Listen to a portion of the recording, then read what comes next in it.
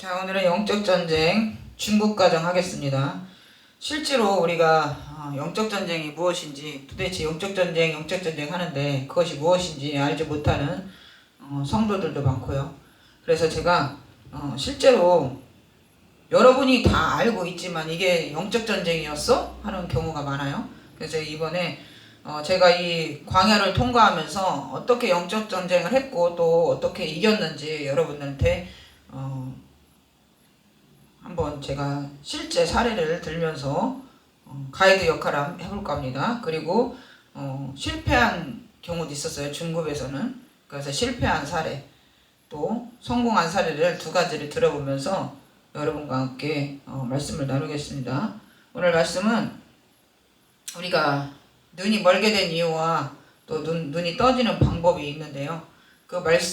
이 말씀을 통해서 한번 저희가 깨닫는 시간을 가져보겠습니다. 요한일서 2장 1절로 11절까지 제가 봉독하겠습니다. 나의 자녀들아, 내가 이것을 너에게 쓰면 너희로 죄를 범하지 않게 하려 함이라. 만일 누가 죄를 범하여도 아버지 앞에서 우리에게 대언자가 있으니 곧 의로우신 예수 그리스도시라. 그는 우리 죄를 위한 화목제물이니 우리만 위할 뿐 아니요 온 세상의 죄를 이해하심이라. 우리가 그의 계명을 지키면 이로써 우리가 그를 아는 줄로 알 것이요 그를 아노라 하고 그의 계명을 지키지 아니하는 자는 거짓말하는 자요 진리가 그 속에 있지 아니하되 누구든지 그의 말씀을 지키는 자는 하나님의 사랑이 참으로 그 속에서 온전하게 되었나니 이로써 우리가 그의 안에 있는 줄을 아노라. 그의 안에 산다고 하는 자는 그가 행하시는 대로 자기도 행할지니라.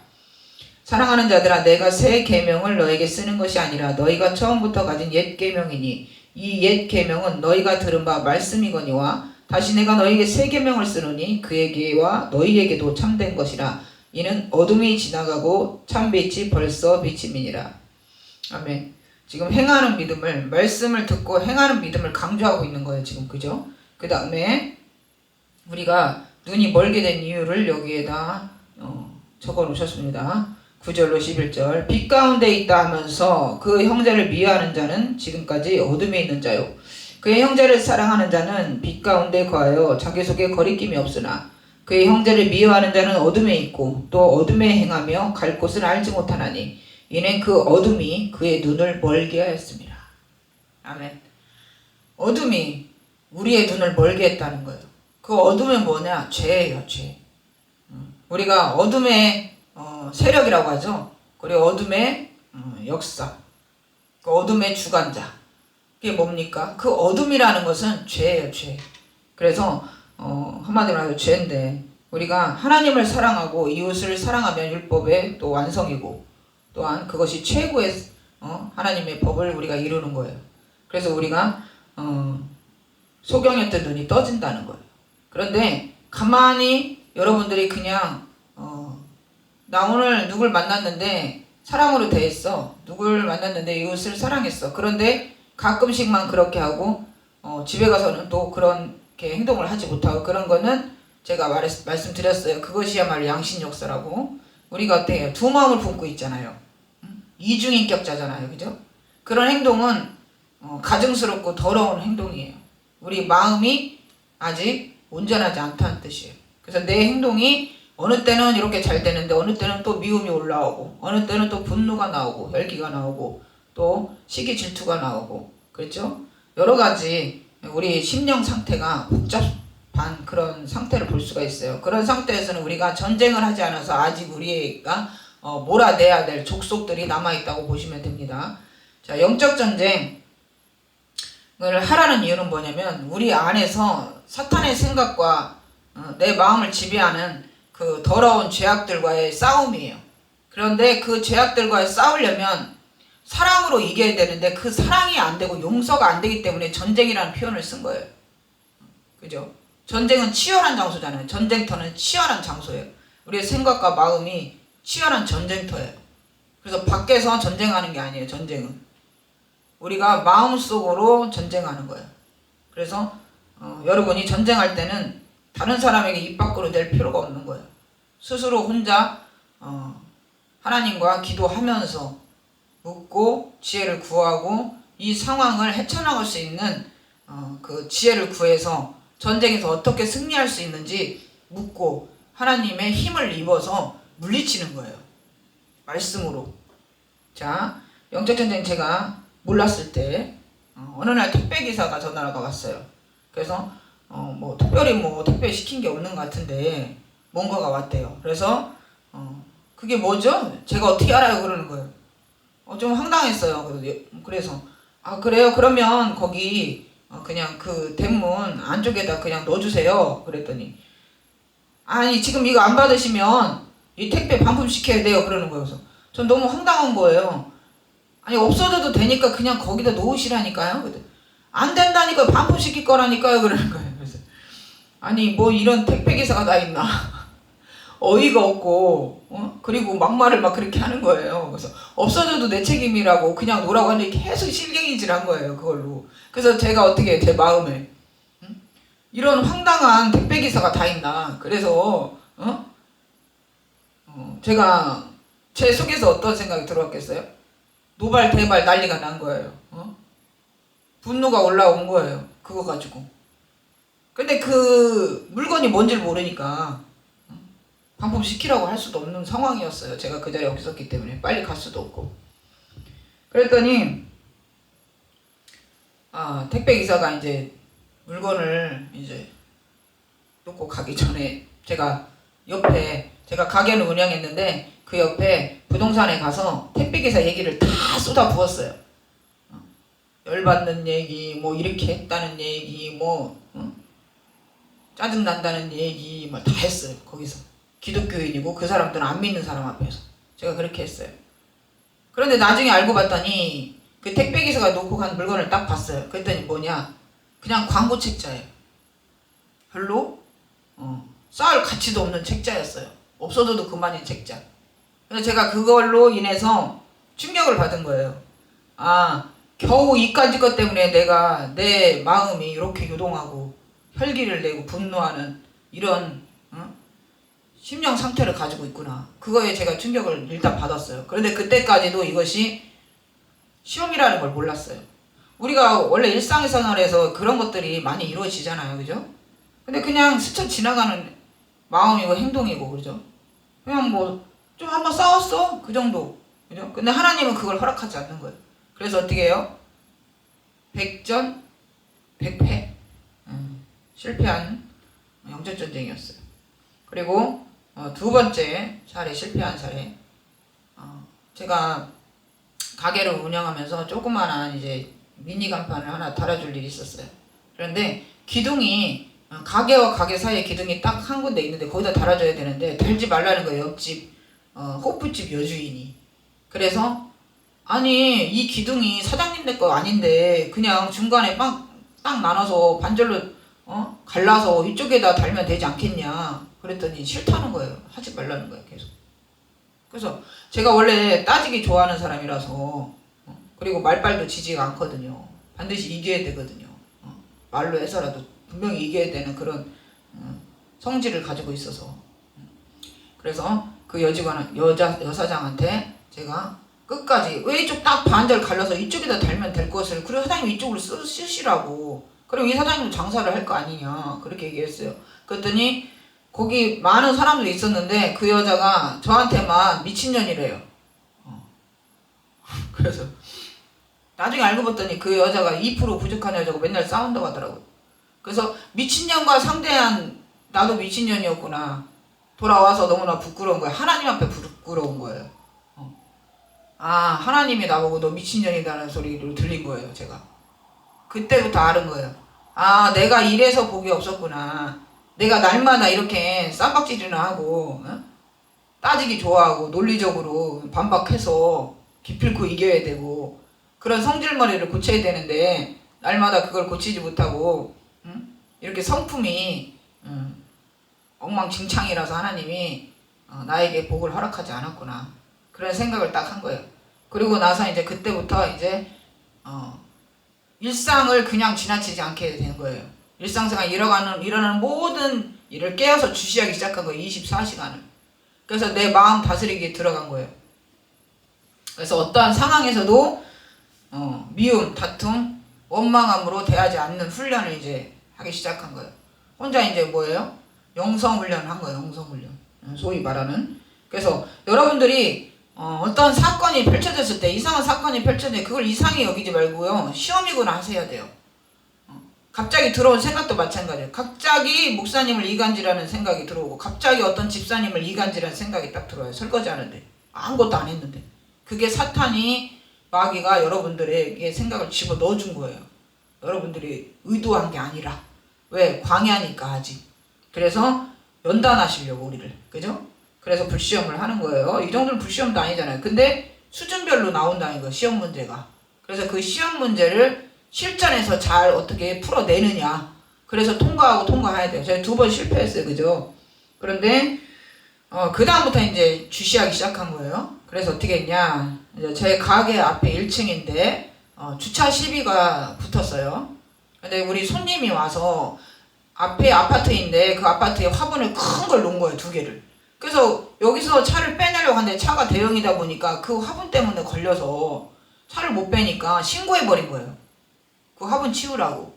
그랬더니 그 아파트에서 이제 말은 안 해도 기분이 나빴었나 봐요. 그래서 우리가 물증은 없는데 심증은 있었어요. 자꾸만 우리 사무실 앞에 손님들이 차를 와서 대면 자꾸 딱지를 끊기는 거예요. 누가 임의로 신고한 거예요, 그거를. 심증은 있잖아요. 누가 했는지는 알겠잖아요. 그럼 우리 손님들이 올 때마다 3만원짜리 딱지 끊기고 막 그러니까 제가 과태료를 무니까 제가 마음이 안 좋잖아요. 그래서 이제 이 문제를 제가 풀어야 돼, 이 시험거리를. 손님이 신고해서 그렇게 자기는 그렇게 해서 잘 해결됐다고 갔지만 나중에 문제가 발생이 된 거예요. 우리 사무실 앞에 차를 대면 딱지를 끊기는 이유가 뭐냐면, 거기 어린이 보호구역이다 보니까 일방이고요. 거기다 차를 대면 안 돼요. 그렇기 때문에 쭈루룩 차를 대고 있는데 그 댄 사이에 느닷없이 와서 사진을 찍고 신고를 하죠. 그래서 그 상황이 펼쳐진 거예요. 그래서 제가 어떻게 돼요? 심증은 있지만 물증이 없잖아요, 그죠? 물증을 잡기 전까지는 그거를 항의할 수도 없고, 그리고 항의할 수도 없는 게 불법을 맞으니까. 그래서 양심에 맡길 수밖에 없죠. 그래서 제가 딱 이런 경우가 딱 생긴 거예요. 이제 드디어 기다렸다가 드디어 이제 시험을 치를 단계가 딱 온 거예요. 거기 있는 아파트 주민이 제 사무실 앞에 차를 딱 대고 차를 안 빼는 거예요, 오전에. 그래서 제가 전화를 했어요. 전화를 당사자한테 안 했어요. 차에 적혀있는 전화번호에 전화를 안 했어요. 어떻게 했냐, 경비실에 갔어요. 경비실에. 제가 간 게 아니라 저희 남편한테 가서 내가 하라는 대로만 하라고 그랬어요. 가서 경비실에 들러서 이 차가 이 아파트 주민 차인지만 물어보라고 했어요. 네. 그랬더니 그렇다는 거예요.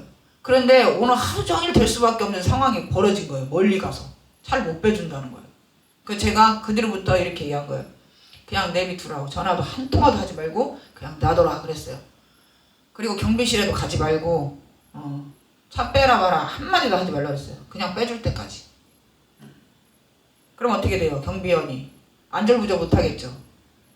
당사자는 전화를 받았어도 못 빼주는 상황이고.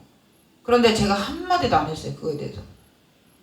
그래서 어떻게 됐냐, 그 뒤로 딱지가 안 끊겨요.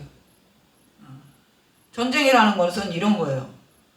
나도 상대방도 합함께 끝나는 거예요. 제가 어떻게 했죠? 제가 성질 냈나요? 안 했죠. 제가 혈기 부렸나요? 그거에 대해서 노발대발 했나요? 왜 따졌나요? 안 했죠. 이전에 저와는 달라졌죠, 그죠? 저를 바꾼 거예요. 저 자신을 바꾼 거예요. 이전에 저 같으면 어떻게 해요? 당장 빼라 뭐 전화해서 노발대발하고 막 수시로 5분 3분 간격으로 전화해서 막 빼라고 하고, 경비실에 가서 쳐들어가서 왜 안 빼냐고 하고 뭐 견인을 한다 어쩐다 했겠죠, 그죠? 그런 방법이 아니라 하나님이 원하시는 영적 전쟁은 지금처럼 이렇게 그냥 놔두고 그걸 포용하는 거예요. 용서하는 거예요. 그냥 이해하는 거예요, 그 상황을. 그리고 어떻게 해요? 경비가, 우리가 그 경비 아저씨가 그 화분 놓은 것을 미워서 신고한 게 아닌 것을 오해를 풀었잖아요, 그쪽에서는. 그죠? 제가 그렇게 한 것이 아닌 것을 오해를 풀었어. 그 뒤로부터 딱지를 안 끊기 시작하더라고요. 그렇게 시험을 통과했어요, 이번에. 여러분들 이해 가겠죠, 이제? 그리고 도둑질로 누명을 쓰게 되면 여러분들은 어떨까요? 그리고 제 자녀가 교회 안에서 예배를 드리는데 저는 항상 뒤에 앉아 있어서 뒤에 앉고 딸하고 어떤 집사님하고 앉아 있었어요. 근데 이 집사님이 예배 끝나고 나 전화 온 거예요. 아, 거기 딸이 교육 좀 잘 시키라는 거야, 딸을. 그래서 제가 왜 무슨 일이세요? 그랬더니 얘는 순종도 잘하고 말도 잘 듣는 애고 뭐 크게 일 저지르는 애가 아닌데 뭘 교육시키라고 하는 건가 들어봤더니 자기가 지갑에 10만 원 넘게 갖고 있었는데 그게 없어졌다는 거예요. 근데 옆에 우리 딸밖에 없었기 때문에 그 딸이 가져갔을 거라고 자기는 추측하는 거야. 아예 그냥 확신하니까 저한테 교육을 잘 시키라고 하겠죠? 그리고 한번 물어보라고 하는 거예요. 가져갔나? 저는 당연히 안 가져갔다고 저는 확신하는 게 한 번도 어렸을 때부터 10원짜리 하나 도둑질을 한 적이 없어요. 어디 가서도 집에서도 항상 달라고 하면 제가 줬어요. 근데 이 집사님은 우리가 이제 신앙생활 하면서 가정 형편이 어려운 걸로 알고 있으니까 그렇게 생각했을 수도 있겠죠. 그런데 그때 제가 어떻게 반응해요? 다른 엄마가 또 어떻게 그렇게 말할 수가 있어요? 우리 딸을 그렇게 오해할 수 있어요? 할 수 있잖아요. 바로 즉시. 근데 하면 안 돼요. 이때 전쟁이 시작한 거예요. 전쟁. 하나님이 교회 내에서 만약에 제가 그 집사님과 이 문제로 다투면 그 집사님은 나가야 되잖아요. 그죠? 제가 그 교회 1번 등록자인데 그 집사님은 그냥 은혜 받으러 오신 분이고 그래도 우리가 실족시키면 안 되잖아요. 그래서 제가 어떻게 했어요? 이제 제 딸이 이제 지은인데 지은이한테 물어봤어요. 지은아, 우리 집사님이 너한테 지금 돈이 없어졌다고 하는데 혹시 너 가져갔어? 그랬더니 아니요 그러더라고요. 저는 그 한마디로 딱 이제 전쟁이 시작됐구나 그렇게 생각했어요. 근데 이제 이거 가지고 어떻게 해요? 증거가 없잖아요. 교회 안에 CCTV도 없었거든요. 그러니까 증거가 없으니까 어떻게 하나님만이 아시잖아요. 그죠? 하나님께 기도를 하는 거죠. 이 사건에 대해서 누명을 풀어주시고 오해를 풀어주시라고 기도를 했고 그 다음 날에 또 이제 교회를 갔어요. 갔는데 똑같이 그 자리에 둘이 딱 앉아있는 그 상황도 너무 웃긴 거예요. 그 집사님이 의자 한 칸 두고 양쪽에 앉았는데 그 가운데다가 가방을 딱 놓고 딱 열어놓더라고요.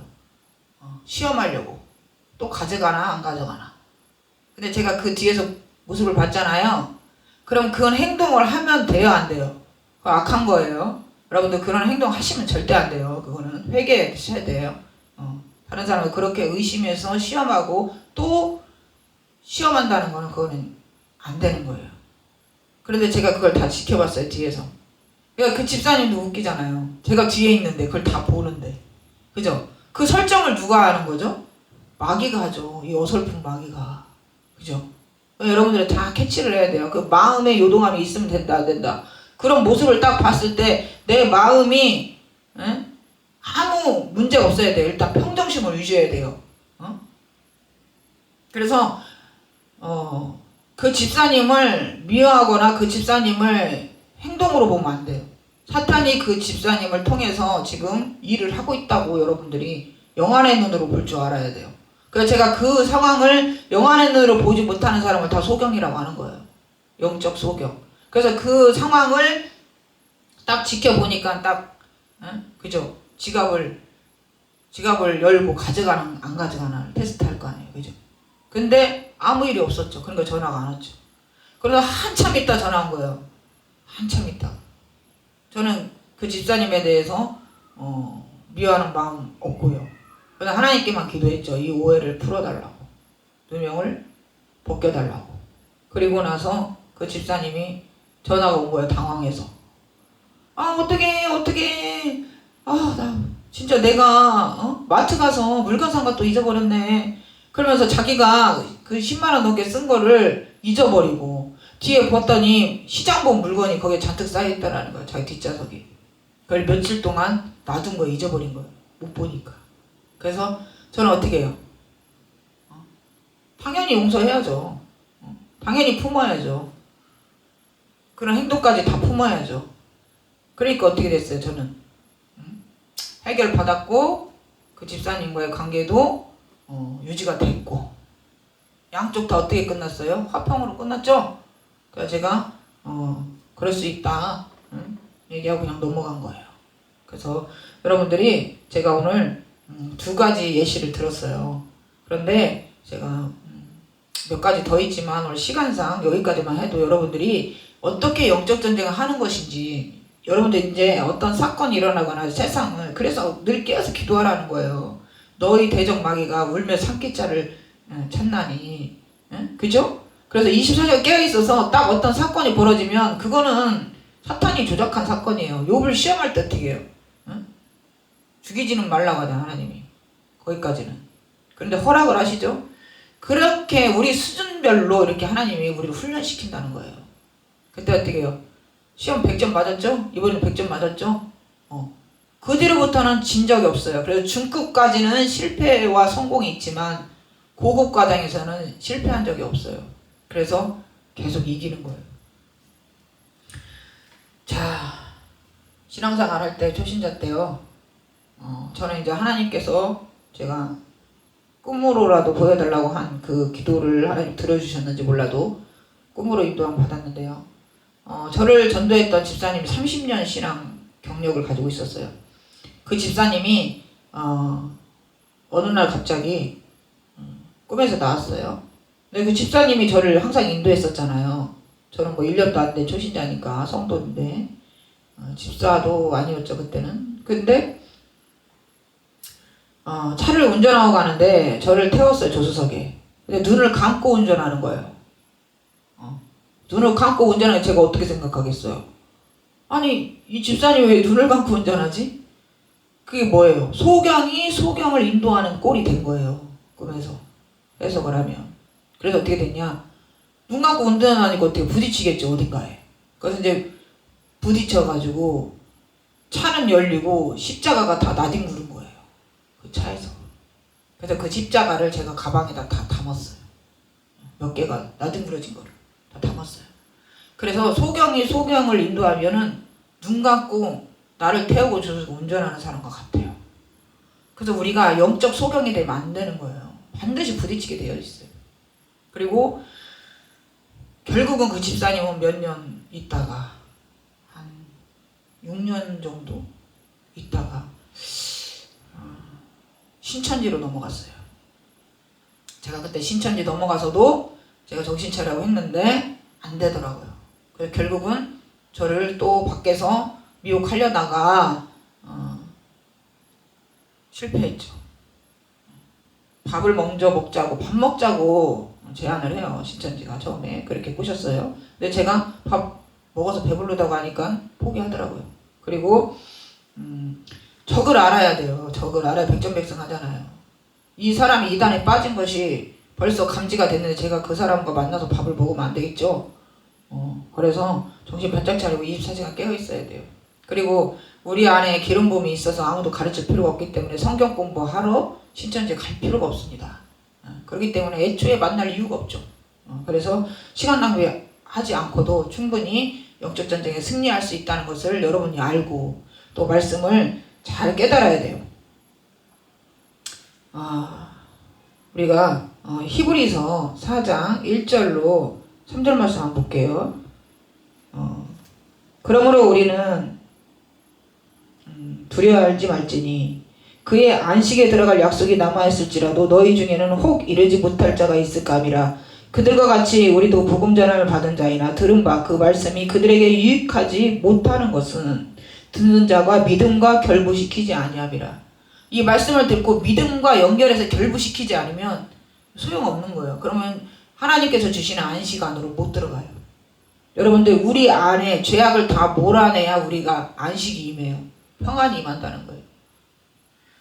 내가 이미 믿는 우리들은 저 안식에 들어가는도다. 그가 말씀하신 바와 같으니 내가 노하여 맹세한 바와 같이 그들이 내 안식에 들어오지 못하리라 하셨다 하였으나 세상을 창조할 때부터 그 일이 이루어졌느니라. 여러분들, 그 안식이라는 건 죽어서 안식이 아니에요. 우리 안에 모든 너희로 범죄하 죄를 범하지 않게 하려 함이라. 그죠? 우리 안에 죄악된 본성이 다 없어져 버리면요 안식이 임해요. 우리 안에 평안이. 그래서 이제는 사랑 가운데서 모든 것을 행할 수 있다는 거죠. 그의 형제를 미워하는 자는 어둠에 있고 또 어둠에 행하며 갈 곳을 알지 못하나니 이는 그 어둠이 그의 눈을 멀게 하였음이라. 이렇게 나오는 거예요. 다윗에게 사울왕이 어떻게 했죠? 집요하게 시기질투함으로, 다윗은 만만이고 사울은 천천히라고 시기질투함으로 날마다 죽이려고 들었어요. 그죠? 그럴 때 다윗이 어떻게 반응했는지 여러분들 잘 보시고, 다윗의 그 행동을 통해서 여러분들 배우셔야 돼요. 그게 영적 전쟁이에요. 그리고 다윗한테 사무엘하 16장 보면요, 시므의 저주가 나오잖아요. 다윗을 저주하는 사건이 나와요. 수레의 아들 아비새가 왕께 여짜오되 이 죽은 개가 어찌 내 주 왕을 저주하리까. 청하건대 내가 건너가서 그의 머리를 베게 하소서 하니, 왕이 이르되 수레의 아들들아 내가 너희와 무슨 상관이 있느냐. 그가 저주하는 것은 여호와께서 그에게 다윗을 저주하라 하심이니 내가 어찌 그리하였느냐 할 자가 누구겠느냐 하고. 그런 다음에 다윗이 왕과 그와 함께 있는 백성들이 다 피곤하여 한 곳에 이르러 거기서 쉬니라. 관계할 것이 없다는 거예요. 여러분들 저주하는 자 관계할 것이 없어요. 왜? 하나님이 나를 저주하라고 했다는 거예요. 허락했다는 거예요. 그렇죠?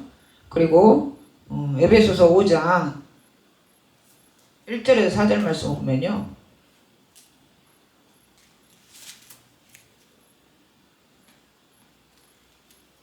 그러므로 사랑을 받는 자녀같이 너희는 하나님을 본받는 자가 되고 그리스도께서 너희를 사랑하신 것 같이 너희도 사랑 가운데서 행하라. 그는 우리를 위하여 자신을 버리사 향기로운 제물과 희생제물로 하나님께 드리셨느니라. 음행과 온갖 더러운 것과 탐욕은 너희 중에서 그 이름조차 부르지 말라. 이는 성도에게 마땅한 말이라. 누추함과 어리석은 말이나 희롱의 말이 마땅치 아니하니 오히려 감사하는 말을 하라. 여러 사람들이 그래요. 조회수를 높이기 위해서는 말씀을 전할 때 재밌게 해야 된다는 거예요. 재밌게. 개그스럽게 해야 되나요? 그것이 마땅치 않아요. 누추함과 어리석은 말이나 희롱의 말이 마땅치 아니하니 오히려 감사하는 말을 하라. 제가 예수님 믿기 전에는 개그를 좋아했고 농담을 좋아했어요. 이 희롱의 말이 농담이에요. 그래서 예수님을 십자가에 못 박기 전에 거기 채찍 맞고 희롱하고, 그죠? 농담하고 장난치고 그랬죠. 조롱하고 그랬죠. 근데 여러분들이 예수님이 설교하신 분 아니잖아요. 예수님은 성경을 풀어주신 분이에요. 그죠? 성경을 난해한 구절을 풀어주셨어요. 말씀을 풀어줬을 때 마음이 뜨거워졌어요. 저도 그런 식으로 여러분의 말씀을 전하는 거예요. 그래서 어떤 사람이 만든 어떤 규칙에 의해서, 그 원칙과 방법에 의해서 제가 설교를 전하는 게 목적이 아니에요. 말씀을 전하는 목적이 아니라요. 저는 성도들의 마음을 변화시키고 새롭게 새 부대를 만들어주고, 저처럼 힘들었던 그런 시간을 혼자서 겪지 말고 성령님의 도움을 받아서 정말 즐겁게 신앙생활을 하고 안식안으로 들어가서 평안과 자유 속에서 영적 전쟁을 능수능란하게 해서 항상 승리하는 성도님들 다 되게 그 바라는 마음으로 제가 도움을 드리는 겁니다. 그러기 위해서는 잠깐 몇 구절로 은혜 받는 설교 안 돼요. 그걸로는 빨리 도달할 수 없어요. 그리고 제가 희롱의 말, 농담의 말, 말씀 전할 때 하면 안 된다고 강조하는 이유가 있어요. 제가 농담을 그래도 잘 했을 거 아니에요. 성도 때, 그러니까 초신자 때는, 그죠?